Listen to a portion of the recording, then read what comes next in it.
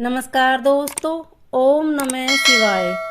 श्रावण मास महात्म्य 8वां अध्याय सुनने के बाद आप हमारे चैनल को सब्सक्राइब करें, बेल आइकन को प्रेस करें ताकि हमारी वीडियो की नोटिफिकेशन सबसे पहले आप तक पहुंचे।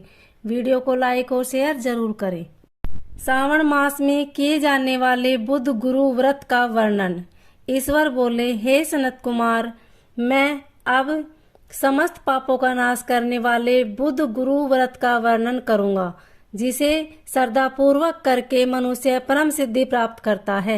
ब्रह्मा जी ने चंद्रमा को ब्राह्मणों के राजा के रूप में अभिषिक्त किया। किसी समय उसने रूप तथा यौवन से संपन्न तारा नामक गुरु पत्नी को देखा। उसकी रूप संपदा से मोहित होकर वह काम के विषीभूत हो गए और उसने अपने घर में रख लिया। इस प्रकार बहुत दिन बीतने पर उसे बुध नामक एक पुत्र हुआ, जो बुद्धिमान, सौंदर्यशाली तथा सभी शुभ लक्षणों से युक्त था।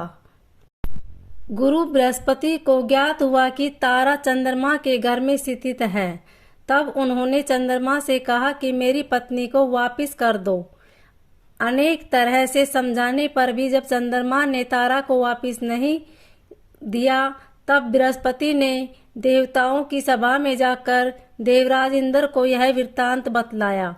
हे शक्र, आप देवताओं के राजा हैं, अतः अपनी आज्ञा से आप उसे दिलाएं, अन्यथा उस चंद्रमा के द्वारा किया गया पाप आपको ही निसंदेह लगेगा, क्योंकि शास्त्र निर्णय के अनुसार प्रजा के द्वारा किए गए पाप को राजा भोगता है।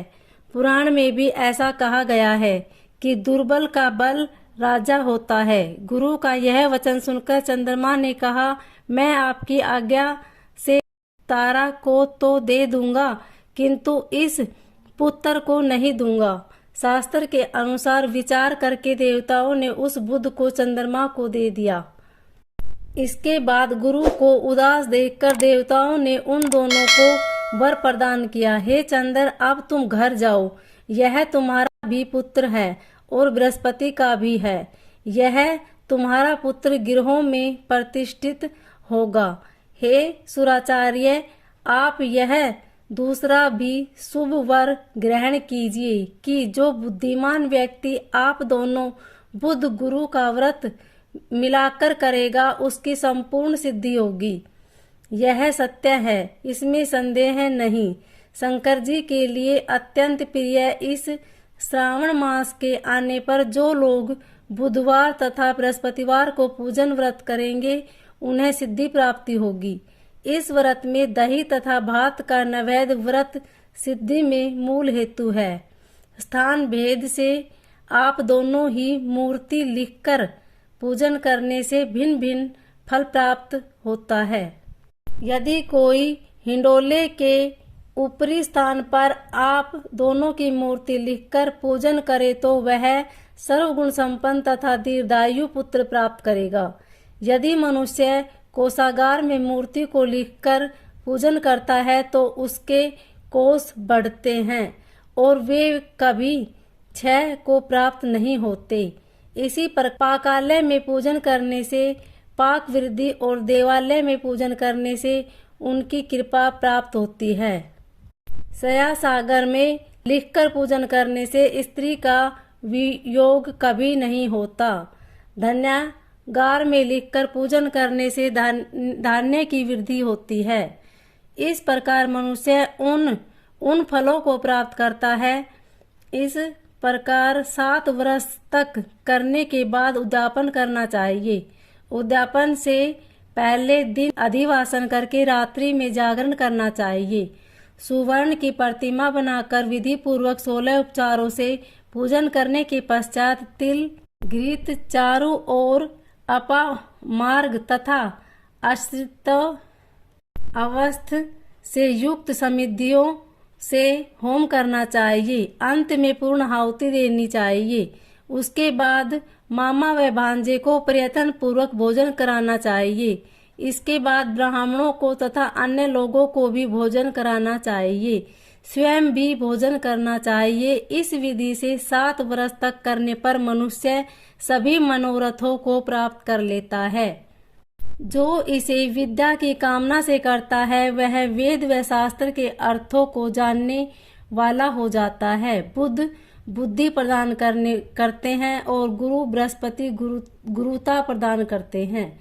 सनत कुमार बोले, हे भगवान, आपने जो यह कहा है कि इस अवसर पर मामा तथा भांजे को भोजन कराना चाहिए, यदि बताने योग्य हो तो इसका कारण बताइए। ईश्वर बोले, हे सनत कुमार, पूर्व काल में अत्यंत दीन तथा दरिद्र कोई 2 ब्राह्मण थे। वे दोनों मामा भांजे थे। उदार पूर्ति हेतु परिश्रम पूर्वक स्मरण करते हुए वे दोनों किसी नगर में अन्न मांगने के लिए गए थे। उन्होंने घर घर में श्रावण मास में प्रत्येक वार को उस वार का व्रत होते हुए देखा, किंतु कभी भी बुद्ध गुरु का व्रत नहीं देखा।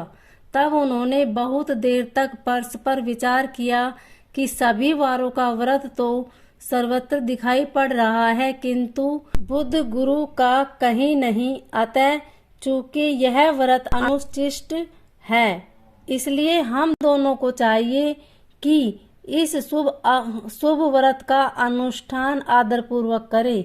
किंतु हे सनत कुमार, इसकी विधि ना जानने के कारण वे दोनों संशय में पड़ गए। तब रात्रि में उन्हें सपन में इस व्रत की विधि दृष्टोगोचर हो गई। उसके बाद उन्होंने उसकी विधि के अनुसार व्रत को किया, जिससे उन्होंने अपार संपदा प्राप्त की। प्रतिदिन उनकी संपत्ति बढ़ने लगी और सभी लोगों को ज्ञात भी हो गई। इस प्रकार 7 वर्ष तक करके वे पुत्र व पौत्र आदि से संपन्न हो गए। उसके बाद उनके ऊपर प्रसन्न होकर बुद्ध व गुरु प्रकट हुए और उन्होंने उन दोनों को यह वर दिया, आप दोनों ने हम दोनों के निमित्त इस व्रत को प्रवृत्त किया है। अतः आज से कोई भी इस शुभ व्रत को करे, उसे व्रत की समाप्ति पर मामा तथा भांजे को प्रयत्न पूर्वक भोजन कराना चाहिए। इस व्रत के प्रभाव से उसे सभी कामनाओं की परम सिद्धि हो जाती है और अंत में चंद्र सूर्य प्रयत्न उसका हमारे लोक में वास होता है। इस प्रकार श्री स्कंद पुराण के अंतर्गत ईश्वर सनत कुमार संवाद में श्रावण मास महात्म्य में बुद्ध गुरु व्रत कथन नामक 8वां अध्याय पूर्ण हुआ। ओम नमः शिवाय।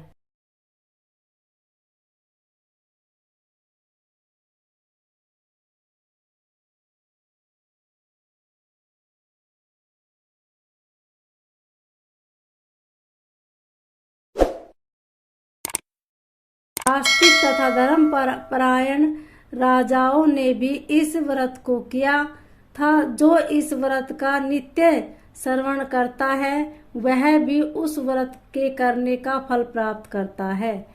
इस प्रकार श्री स्कंद पुराण के अंतर्गत ईश्वर सनत कुमार संवाद में श्रावण मास महात्म्य में सोमवार व्रत कथन नामक 6वां अध्याय पूर्ण हुआ।